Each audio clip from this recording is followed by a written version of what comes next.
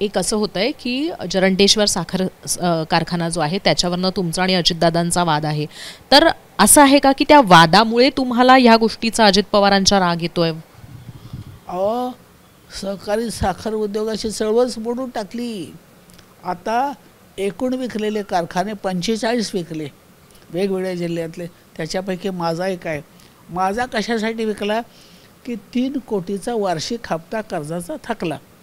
मी असं म्हणत होते की तुमच्याच बँकेत माझे 8 कोटी रुपये आहेत, त्या खात्यात ते 3 कोटी रुपये इकडे वळवा, तुमच्याच बँकेत आहेत.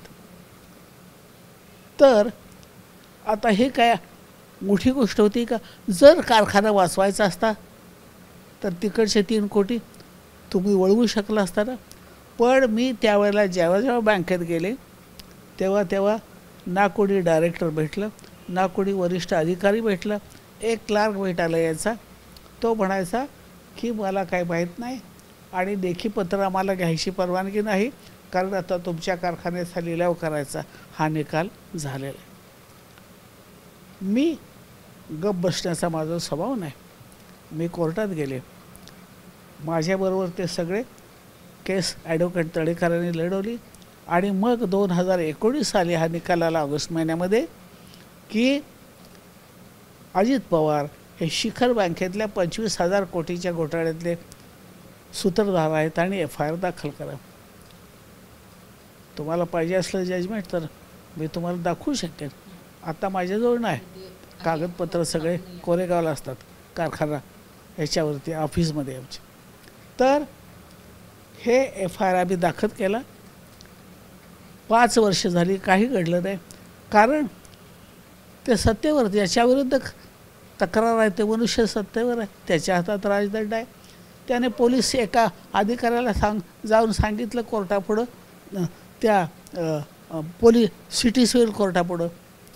त्यांचा हा विषय नाही, हा विषय हायकोर्टाचा, सुप्रीम कोर्टाचा आहे. त्यानं सिटी सिव्हिल कोर्टामध्ये जाऊन सांगितलं, म्हणजे सिटी पुरतं मर्यादित जे आहे ते कोर्टापुढं, ते सुद्धा सिव्हिल. आणि तिथं जाऊन पत्र दिलं की शिखर बँकेतला घोटाळा हे फार लहान गोष्ट आहे, कामकाजातनं काढून टाका. तो कोणी मूर्ख पोलीस आहे त्याला तर मी पहिला कोर्टापुढं खेचेन. आणि मग अजित पवारांनी ते दोघंजणं तुरुंगात बसून,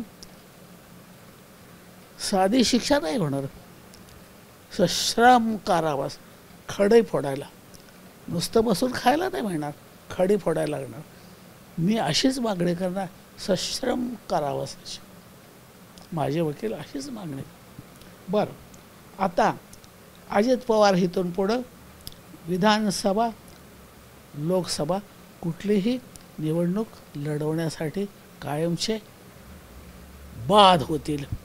तुरुंगात गेलेला मनुष्य आणि आर्थिक गुन्ह्याखाली एवढ्या मोठ्या गेलेल्या मनुष्याला निवडणूक देशाची लढवायला नाही, तो कायमचा बाद झाला.